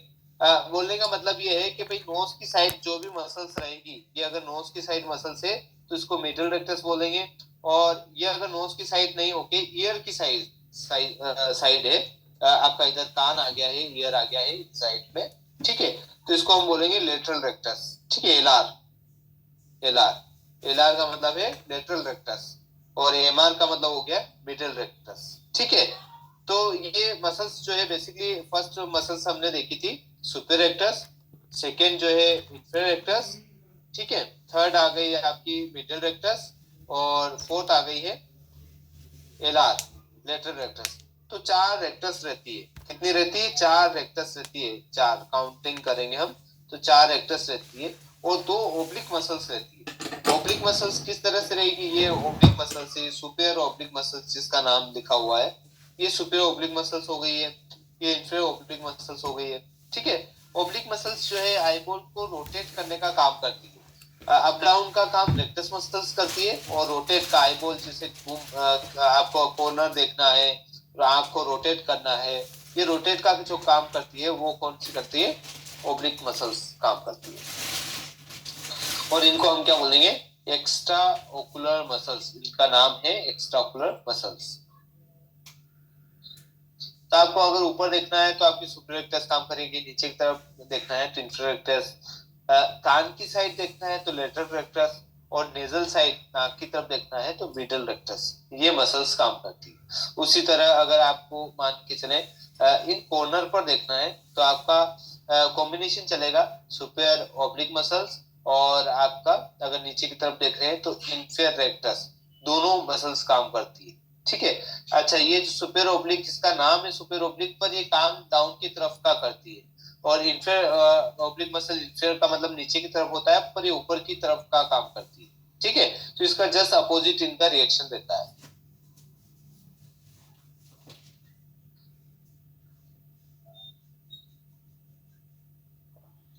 ठीक है, यहाँ तक आपको समझ में आया होगा। इसमें एक और पार्ट हम समझ लेते हैं, जिसको मैंने बीच में छोड़ा था।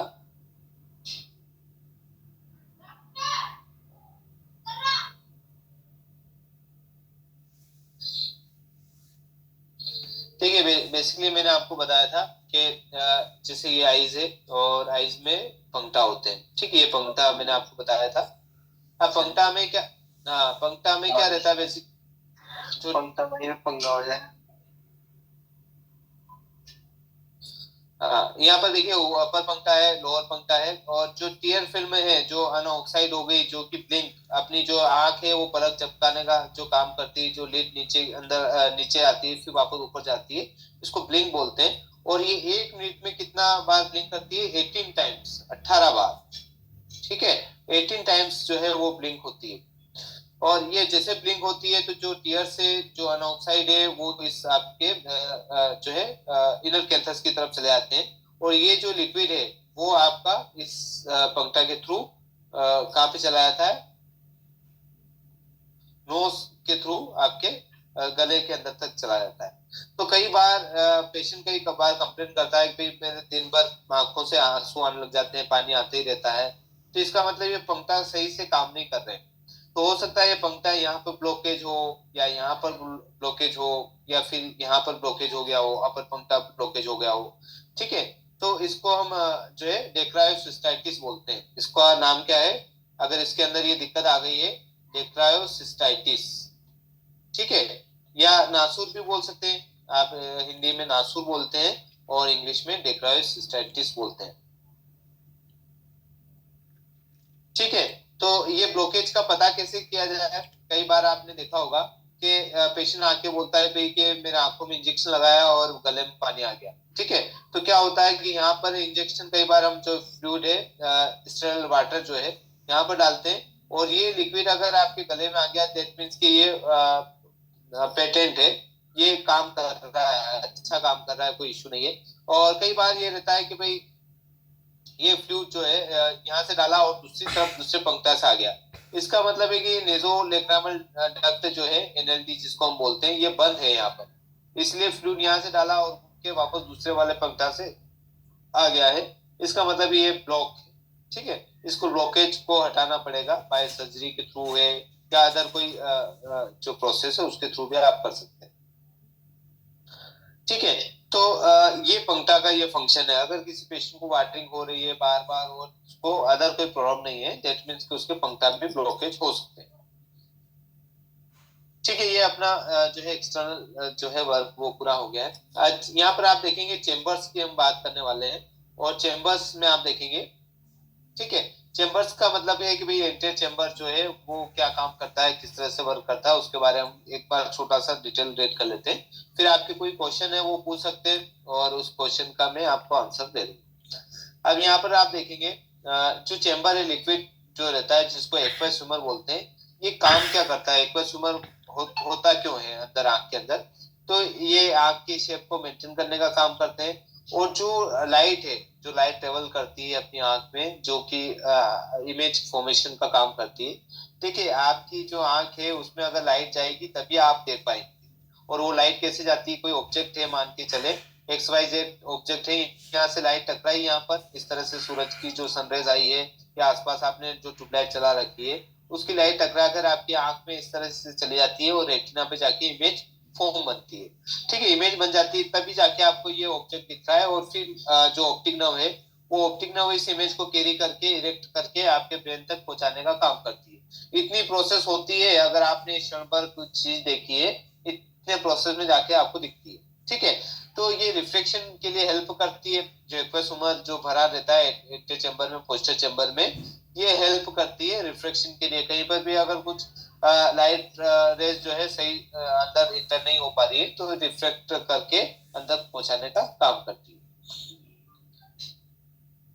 ठीक है, इसी तरह आप यहाँ पर देख सकते हैं एंटीरियर चेंबर, ये आपका एंटीरियर चेंबर आ गया यहाँ पर, दिस इज एंटीरियर चेंबर, और ये पीछे की तरफ रहेगा पोस्टीरियर चेंबर हो गया है। सस्पेंसरी लिगामेंट, जिसमें मैंने आपको बताया था, सिलेरी बॉडी और मसल्स ये काम करती है यहाँ पर। ये स्क्लेरा वाला पार्ट इस तरह से स्क्लेरा रहता है, और ये वाला कोरोइड हो गया, ये रेटिना हो गया। इसको मेक्युला, जो मेक्युला के बारे में हम डिस्कशन किया था हमने, दिस इज अ मेक्युला। मेक्युला ऐसा पार्ट है जहाँ पर सबसे ज्यादा अच्छी क्वालिटी का विजन मिलता है। देखिए, मेक्युला बोलिए या मेक्युला के बाद इसको फोबिया भी नाम है। ठीक है, फोबिया भी बोले तो भी आपका माइंड यहीं पे जाना चाहिए कि ये इसी के बारे में बात कर रहे हैं। फोबियोला बोले तो भी इसी का बोल रहे हैं। फोबिया सेंट्रलिस बोले तो भी इसका ही बात कर रहे हैं। ठीक है, तो इसमें कहीं पे भी आपको डाउट नहीं लगना चाहिए। ऑप्टिक नर्व यहाँ पर आपको दिखी गई है। देखिए, ऑप्टिक नर्व ऐसा पार्ट है, अगर यहाँ से कोई डैमेजेस हुआ या बाय एक्सीडेंट की वजह से, या कोई आईसीबी इंट्राक्रेनियल प्रेशर बढ़ गया है, उसकी वजह से भी कई बार ये जो ऑप्टिक नर्व डैमेज हो जाती है, तो पूरा विजन लॉस हो जाता है, पेशेंट कुछ भी नहीं दिखता है। ठीक है, आंख कितनी अच्छी खूबसूरत दिख रही है, पर अगर यहाँ से ब्लॉकेज या कोई कोई एक्सीडेंट की वजह से कोई ब्रेक हो गई ऑप्टिक नर्व, या उसके कोई फाइबर्स डैमेज हो गए, तो ये दिक्कत आ जाती है। ठीक है, कई बार आपने देखा होगा कि भाई किसी का ब्लड प्रेशर बढ़ा, और बढ़ने की वजह से आईसीपी बढ़ जाता है, इंट्राक्रेनियल प्रेशर बढ़ जाता है, और पेशेंट को पूरा ही लॉस हो गया, विजन लॉस हो गया, ऐसा भी कई बार दिक्कत आ जाती है। देखिए एक और मैंने आपको चीज बताई थी कि भाई ये जैसे मैंने एक सर्कल बनाया है, दिस इज अ सर्कल, ये सर्कल बना दिया है। अब सर्कल में मैंने ये ऑप्टिक डिस्क बना दिए और इस तरह से, ठीक है, यहाँ पर आपका फोबिया आ गया है। मैंने एक डायग्राम बनाता हूँ तो इस तरह से आपको दिखता है अंदर। अगर यहाँ पर आप देखेंगे, इसके अंदर देखेंगे, झांकेंगे अंदर, तो आपको ये इस तरह का जो है दिखाई देगा, ठीक है। अब ये इसको ऑप्टिक डिस्क बोलते हैं, ठीक है, ऑप्टिक डिस्क है। और इसको डिस्क का मतलब हो गया कि इस तरह की एक शेप की आकृति रहती है। अब इसके अंदर जितना ये डीपनेस चली जाती है, जैसे इतना डीप हो गया है, मान के चले ये इतना सा डीप है, ये ज्यादा डीप हो गया है, तो इसको डिस्क रेशियो बोलते हैं। कब? डिस्क रेशियो, सीडीआर, ठीक है। ये सीडीआर बढ़ता है तो इसका मतलब है पेशेंट को ग्लोकोमा का असर हो रहा है, ठीक है। इस तरह से डॉक्टर जो है जज करते हैं कि भाई ये पेशेंट को ग्लोकोमा की वजह से कोई दिक्कत तो नहीं आ रही है, तो वो सीडीआर चेक कर लेते हैं। यहाँ पर आप देखेंगे अमाउंट ऑफ जो लाइट है वो रेगुलेट कौन कौन करता है। एक तो आइरिस करती है और दूसरा जो है आइरिस से बन के पिपिल बनती है, ठीक है। तो कोई भी लाइट अगर एंटर हो रही है तो आइरिस जो है उस पिपिल के शेप को छोटा और बड़ा करके अमाउंट ऑफ लाइट, कितनी लाइट जो है अपनी आंख में जाना चाहिए, उसको कंट्रोल करने का काम करती है, ठीक है। यहाँ पे भी कोई इश्यू नहीं। आइरिस और पिपिल का वर्क क्या है, किस तरह से काम करती है। अब यहाँ पर आप देखेंगे ये पिपिल जो है छोटी सी साइज की हो गई है, ये बड़ी साइज की है, तो हम इसको क्या बोलेंगे, कॉन्ट्रैक्टेड पिपिल या मायोसिस पिपिल, ठीक है। कॉन्ट्रैक्टेड पिपिल भी बोल सकते हैं, मायोसिस भी बोल सकते हैं, और ये डायलेटेड पिपिल, ठीक है। डायलेटेड मतलब पिपिल अपने नॉर्मल साइज से भी ज्यादा बड़ी है, इसको हम डायलेटेड पिपिल बोलेंगे।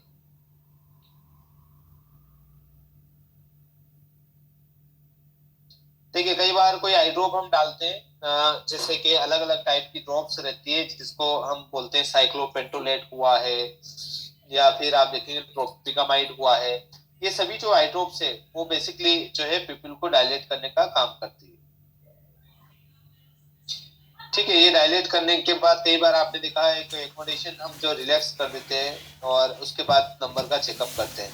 कई बार आपने देखा कि दवाई डाल के नंबर का चेकअप किया है, उसमें डायलेटिंग आई ड्रॉप्स जो है वो डाली जाती है।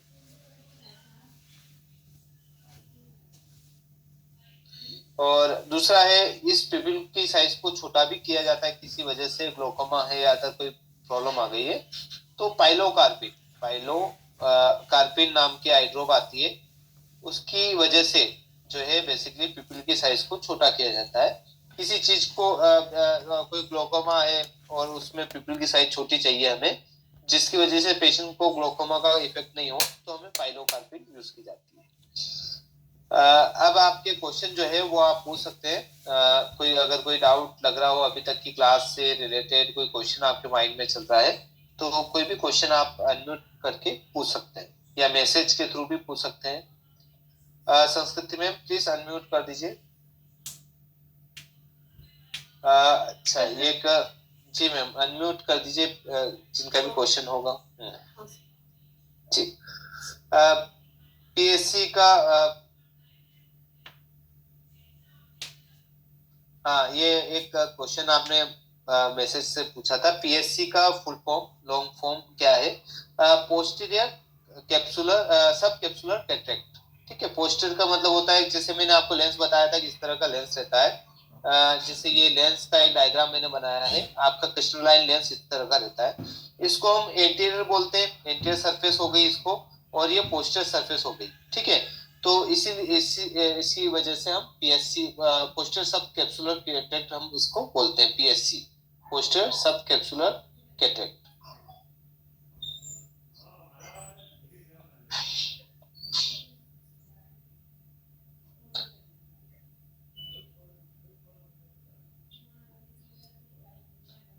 एक और क्वेश्चन आया मैसेज में, एसआर और आईआर का फुल फॉर्म। सर एसआर का मतलब होता है superior actress,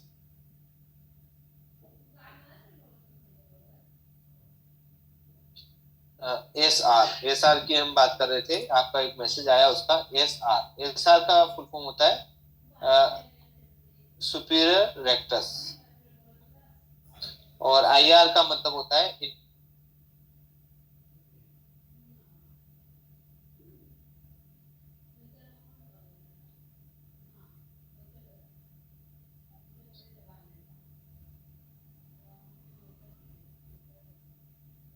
hello hello. Sir, एक जी बार रेक्टस का आप बताएंगे क्या? सुपेरियर, इंफीरियर, मेडियल और लैटरल का जी मुझे मैम, समझ में नहीं आया था पूरा ठीक है मैम। हाँ, मैं एक बार और आपको रिपीट कर देता हूँ। देखिए, हम रेक्टस जो है बेसिकली क्या करता है कि आपके जो आई मूवमेंट है, जैसे आपको ऊपर की तरफ देखना है या नीचे की तरफ देखना है या दाएं बाएं देखना है, तो उसका जो काम करता है वो रेक्टस करता है। ठीक है। तो रेक्टस आप देखेंगे कि चार रेक्टस रहती है और दो ऑब्लिक मसल्स रहती है। रेक्टस बेसिकली आप मान के चलें कि कोई आपके पास में कोई ग्लोब है या कोई बॉल है, उस बॉल पर आपने ऊपर की तरफ, हाँ, ऊपर की तरफ आपने ये, ऊपर की तरफ ये जैसे अटैचमेंट आप देख रहे हैं, ये वाली अटैचमेंट, और ये इस तरह से जा रही है, तो इसको हम बोलेंगे सुपेरियर रेक्टस। सुपेरियर का मतलब है ऊपर की तरफ। ठीक है। अगर आप जैसे कि जहां पर, okay, thank you sir, thank you. जहां पर आप देखेंगे कि आपके आईब्रो है, आईब्रो के यहाँ पर जो मसल्स अटैच है, ठीक है, ये जैसे कोई पर्सन है, मान के चले यहाँ पर आईब्रो है, उसके यहाँ पर आईबॉल है, तो यहाँ पर जो मसल्स अटैच है उसको हम बोलेंगे सुपेरियर रेक्टस, ये एस आर। ठीक है। इसी तरह नीचे आप चीक की साइड अगर कोई अटैच है मसल्स, उसको इंफीरियर रेक्टस बोलते हैं, इंफीरियर रेक्टस। ठीक है। और यहाँ पर आप देखेंगे ये नोज है, नोज की साइड है, ये मिडिल रेक्टस यहाँ पर अटैच है, जो कि नाक की साइड दिखाने का काम करती है। और इधर आप देखेंगे ये लेटरल रेक्टस, एलआर। ठीक है। एलआर मतलब है कान की साइड, लेटरल रेक्टस, ये लेटरल रेक्टस ये यहाँ पर है, this is a lateral rectus, ये कि कान की साइड दिखाने का काम करती है। जैसे मान के चले आप कोई पेशेंट है और ये इस तरफ देख रहा है, तो इसकी एलआर काम कर रही है। ठीक है। वही पेशेंट अगर मान के चले नाक की तरफ देख रहा है, तो इसकी एमआर जो है, मिडिल रेक्टस, काम कर रही है। वही आप देखेंगे पेशेंट ऊपर की तरफ देख रहा है, तो इसकी एसआर काम कर रही है। और वही पेशेंट आपका नीचे की तरफ देख रहा है, तो आईआर काम कर रही है। ठीक है मैम, आया समझ में आपको? Yes sir. जी मैम। Hello sir. जी ma'am. Yes ma'am. Sir, cornea की साइज कितनी होती है, हॉरिजॉन्टल वर्टिकल? मैम, इसमें वर्टिकल और हॉरिजॉन्टल जो है बेसिकली 11.7 mm जो है आपकी वर्टिकल रहेगी, और हॉरिजॉन्टल इससे थोड़ी सी बड़ी रहती है, 12.2 या 12.5 के समथिंग रहती है। इसका मैं एग्जैक्टली आपको उसमें बुक में देख के बता दूंगा। बाकी 11 पॉइंट जो है रहेगी वो आपका वर्टिकल रहेगी, और 12 Okay. जो है, हाँ, 12 पॉइंट समथिंग जो है हॉरिजॉन्टल रहती है। तो सर ये एज के साथ चेंज होती है ना, मतलब साइज? नहीं नहीं, एज के साथ साइज चेंज रहती है, उतनी ही रहती है। कोर्निया हमेशा 2 साल की उम्र तक इसका जो है जितनी भी बनना है कोर्निया, या जितना भी इसका चेंजेस होना है वो हो जाता है। 2 साल के बाद बढ़ता नहीं है, जैसे बाय बर्थ के बाद 2 साल की उम्र तक में कोर्निया का साइज जो है हाँ, साइज जो है वो एक ही जैसी रहती ओके सर। है।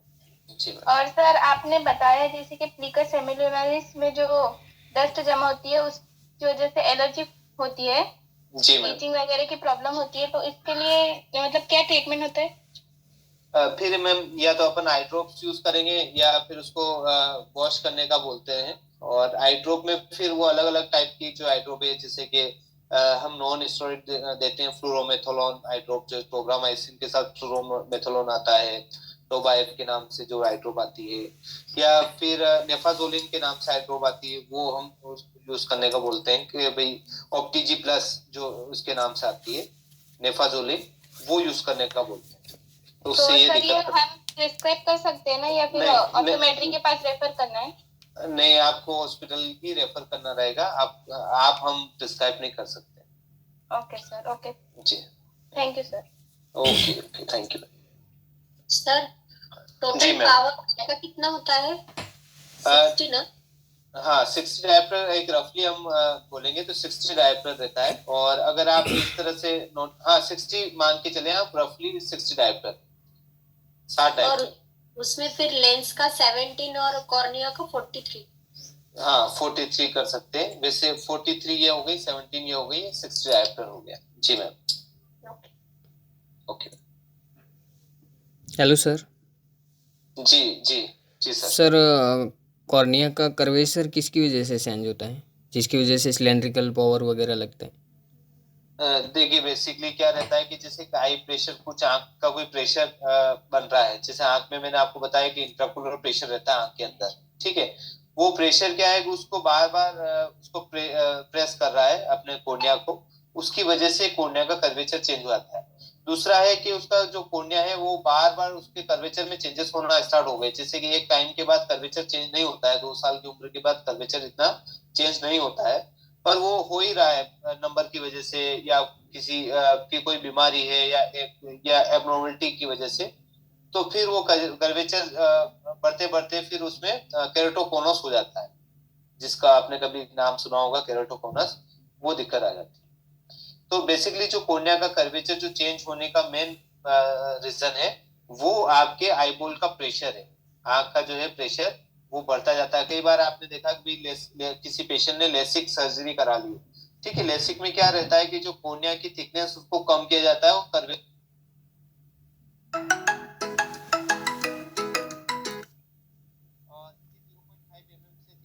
कम करके उन्होंने 0.3 mm कर दिया है, मान के चले एक एग्जांपल से बात कर रहे हैं, तो ये कोर्निया की जो थिकनेस है वो कम हो गई, ये पतला हो गया कोर्निया। अब क्या होता है कि ये जो आईबॉल है और आईबॉल में ये कोर्निया है, इस कोर्निया पर आंख का एक प्रेशर डलता है, एक प्रेशर जो इस पूरे आईबॉल में एक 17 से 18 mmHg का प्रेशर रहता है। अब ये कोर्निया को आपने पतला कर दिया है और ये 17 प्रेशर जो है उसके लिए काफी ज्यादा हो गया है। तो फिर क्या होता है कि बार बार इसको पुश करता रहेगा प्रेशर, और प्रेशर पुश करने की वजह से क्या हो जाता है कि थोड़ा सा बल्ज हो जाएगा, बाहर की तरफ निकल जाएगा, और बाहर की तरफ निकलने की वजह से इसका जो है कोर्निया का कर्वेचर चेंज हो जाएगा। तो बेसिकली ऐसे नॉर्मल, ये तो मैंने लेसिक की बात की है, बाकी ऐसे नॉर्मल पर्सन में भी आंख के प्रेशर की वजह से कोर्निया का कर्वेचर चेंज हो जाता है। या किसी का कोई मायोपिया है, हाई मायोपिया है, उसकी वजह से बार बार कर्वेचर चेंज होना स्टार्ट हो जाता है।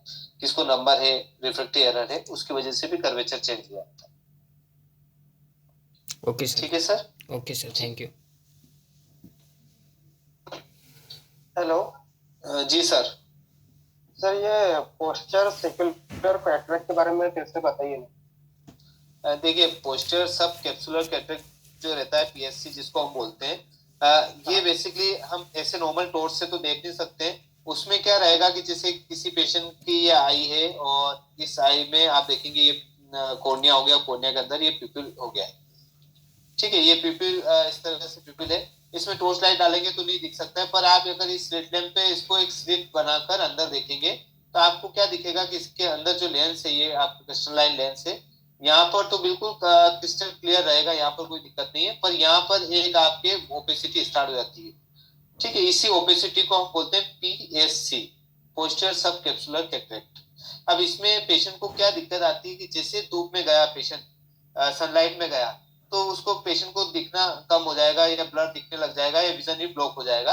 पर इसको नाइट में अच्छा दिखता है, जैसे सूरज ढल जाता है या फिर उसको शाम हो जाती है, तब पेशेंट को दिखना अच्छा हो जाता है। तो पेशेंट मेनली कंप्लेन लेके आता है कि मैं जैसे धूप में जाता हूँ तो मुझे धुंधला दिखता है, पर रात में अच्छा दिखता है, ठीक है। तो उस पेशेंट को पीएससी होने के 100% चांसेस।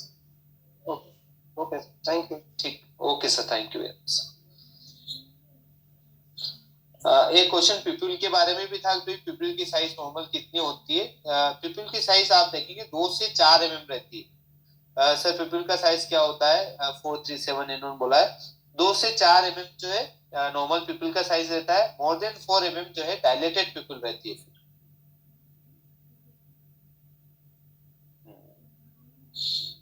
अमित जी ने वैसे आंसर दे दिया था, चलो ठीक, ओके ठीक है। और किसी का कोई क्वेश्चन हो तो वो पूछ सकते हैं, नहीं तो फिर कल हम कोई डाउट है आप पढ़ लीजिए, एक बार बुक्स में पढ़ लीजिए, उसके बाद उसके बाद कोई जी जी मैम। वो जो फर्स्ट स्लाइड थी ना, तो उस वक्त मैं थोड़ा लेट ज्वाइन हुई थी, तो थोड़ा सा पार्ट मेरा मिसिंग था 5 मिनट का। ने लिम्बस और कुछ बताया था ना आपने, टीयर फिल्म वाला, तो वो एक बार थोड़ा रिपीट कर दीजिएगा। हाँ, ये बेसिकली मैंने ये बताया था, टीयर फिल्म से ही आप ऑप्शन थे। टीयर फिल्म सुना मैंने, लेकिन मुझे इतना नहीं समझ आया, लिम्बस भी नहीं आया समझ में, लिखा ठीक है। बेसिक हाँ, बेसिकली ये जिसे आपने ये तो देख लिया था कि ये कोर्निया है, दिस इज अ कोर्निया, और कोर्निया और ये स्क्लेरा हो गया, व्हाइट वाला पोर्शन जो है स्क्लेरा बोलते हैं इसको। स्क्लेरा और कॉर्निया का जो वो एक दूसरे से जुड़े हुए रहते हैं, इसको हम लिम्बस बोलते हैं। ये मैंने आपको बताया।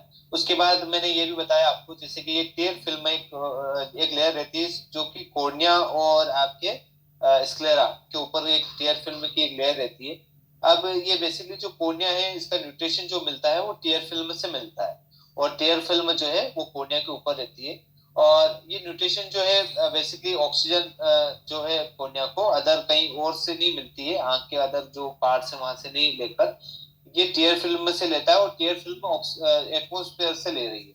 तो एटमोस्फेयर से टीयर फिल्म एटमोस्फेयर से ऑक्सीजन जो है टीयर फिल्म में घुल जाती है, फिर उसके बाद ये कॉर्निया इसको एब्जॉर्ब कर लेता है, और इस तरह से ये हेल्दी रहता है कॉर्निया। इसीलिए आप देखेंगे कि भाई डेथ, किसी पर्सन की डेथ होने के बाद भी 4-5 घंटे हेल्दी रहता है कॉर्निया, बिकॉज ऑफ इसका जो न्यूट्रिशन है वो ऑक्सीजन से डायरेक्टली एटमोस्फेयर से डायरेक्टली मिलता है। और ये टीयर फिल्म जो है बेसिकली कल हम इसके बारे में और बात करते, ब्रेन जो है अपने टेम्पोरल साइड जो है सिचुएटेड रहती है, यहाँ से जो है टीयर फिल्म का प्रोडक्शन होता है। बस यही था मैम, ज्यादा कुछ भी नहीं था इसमें। Okay sir. ठीक है मैम। Hello sir. जी सर, एक्वा ह्यूमर का आई में क्या रोल रहता है? करता है कि एक तो शेप मेंटेन करता है, जैसे कि आपका ये कॉर्निया है, कॉर्निया का जो कर्वेचर मैंने आपको बताया कि 7.8 mm रहता है।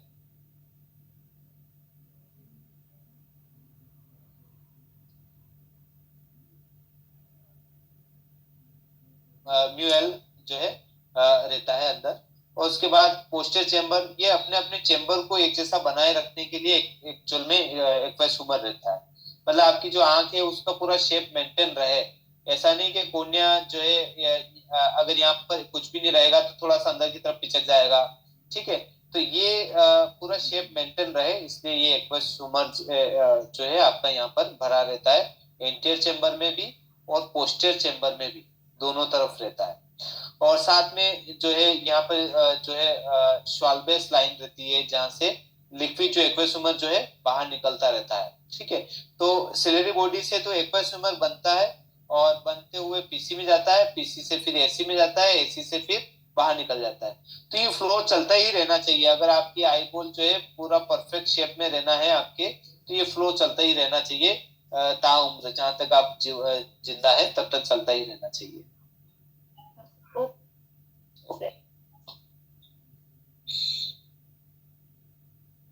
ठीक है, फिर तो आज की क्लास ये फिनिश करते हैं, और फिर कल हम इसके बारे में थोड़ा सा और अच्छे से समझेंगे। अभी थोड़ा बेसिक नॉलेज लिया आप लोगों ने, थोड़ा सा और डीपली हम समझेंगे, और कुछ क्वेश्चन है तो कुछ डाउट है आप इसको नोट डाउन कर लीजिए, कल हम वापस से क्वेश्चन एक बार रिपीट कर लेंगे।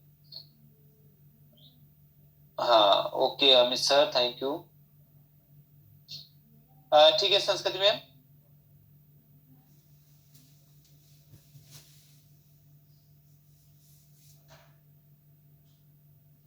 Thank you sir. Thank you very much sir. Thank you sir, thank you. Thank you sir. Sir मैंने कल की क्लास घुमा दी थी, मैं आज से ज्वाइंट हुआ। हाँ कोई बात नहीं सर, आज से ही अपन स्टार्ट कर रहे हैं, वैसे फर्स्ट सेशन है ये आज का। Thank you sir. ठीक okay okay sir, thank you very much. आप सबको भी थैंक यू ज्वाइन करने के लिए, थैंक यू। ठीक है Sanskriti ma'am, okay thank you thank you thank you thank you thank you. Nikhil ji आपको भी थैंक यू।